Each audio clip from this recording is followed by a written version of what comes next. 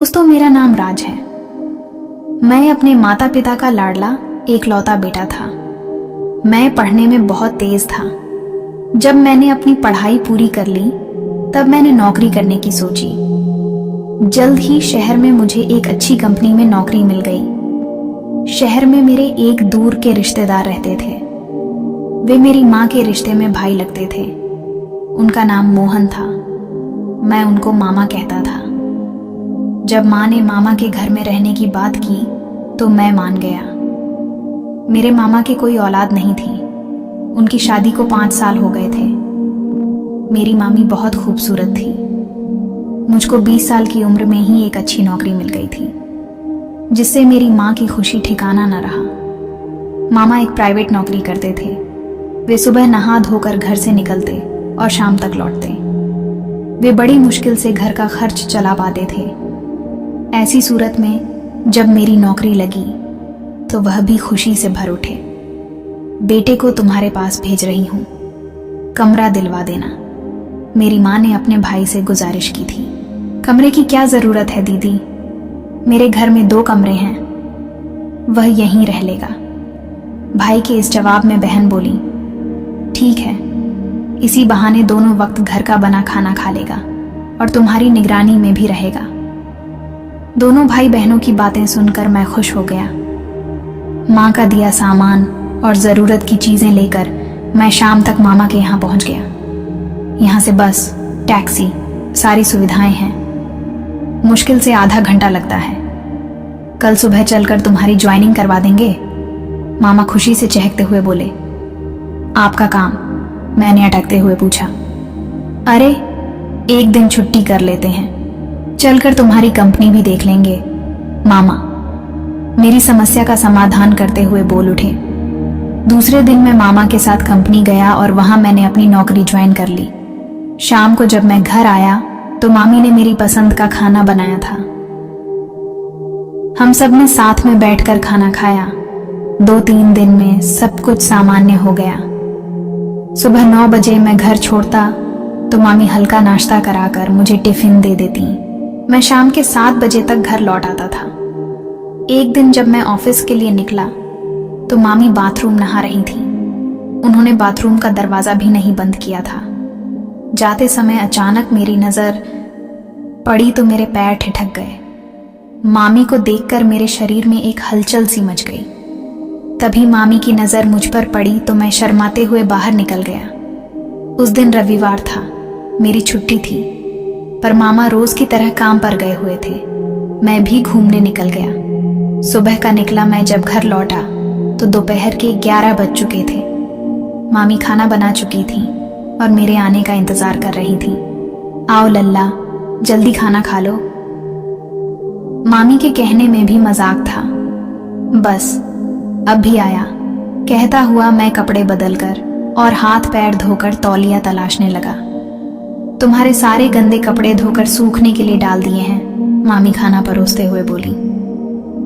मैं बैठा ही था कि मेरी निगाह मैंने की दोनों पर गई। मामी ने बजाय शर्माने के चोट कर दी। क्यों रे, क्या देख रहा है? देखना है तो ठीक से देखना। अब मुझको अजीब सा महसूस होने लगा। मैंने किसी तरह खाना खाया और बाहर निकल गया। मुझे मामी का बर्ताव समझ में नहीं आ रहा था। उस दिन मैं देर रात घर आया और खाना खाकर सो गया।